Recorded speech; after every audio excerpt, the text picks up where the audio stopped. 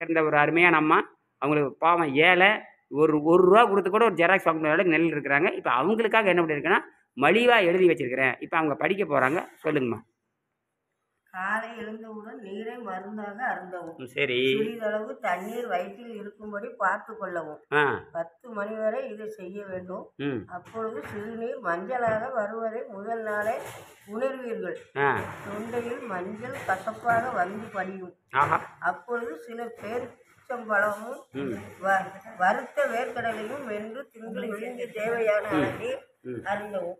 மீண்டும் நீர் பயிற்சி செய்யவும். பசி எடுக்கும் போது மீண்டும் நீர் அருந்தவும். இருந்தாலும் பசிக்கும் அப்போது சாதாரண உணவை சாப்பிட்டு நீர் பயிற்சி செய்யலாம்.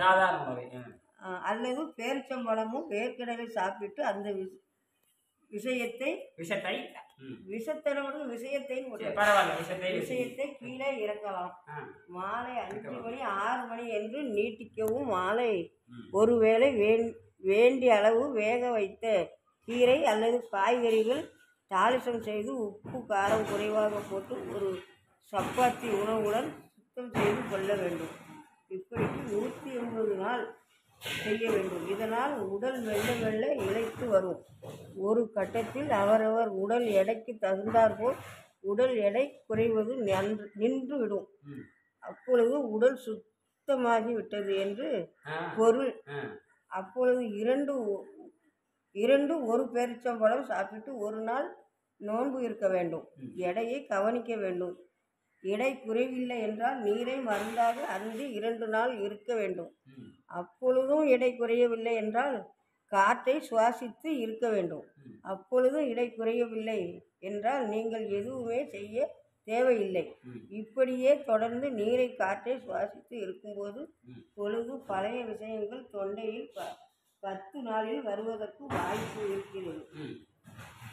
அது என்னது 10 நாள் கசப்பு பழைய கசப்பு வருவீங்களோ நாளில் வருவதற்கு வாய்ப்பு இருக்கிறது. அப்பொழுதும் மருந்தடிக்காத. அதான் அதில் இந்தெண்ணெய் வரல, மருந்தடிக்காதன்னு வந்திருக்கு.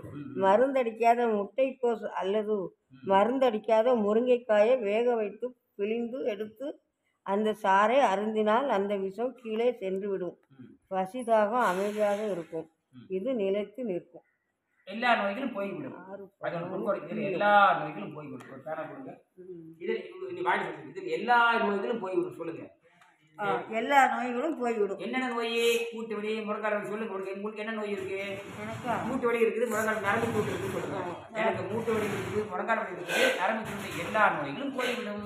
மூட்டு வலி, கரண்ட வலி, நரம்பு சுருட்டு இதெல்லாம் போயிடும். வயிற்று புண்ணு எல்லாம் போய்விடும் அப்படின்னு சொல்லுவாங்க. நன்றி சொல்லுங்க. நன்றி. அவ்வளோ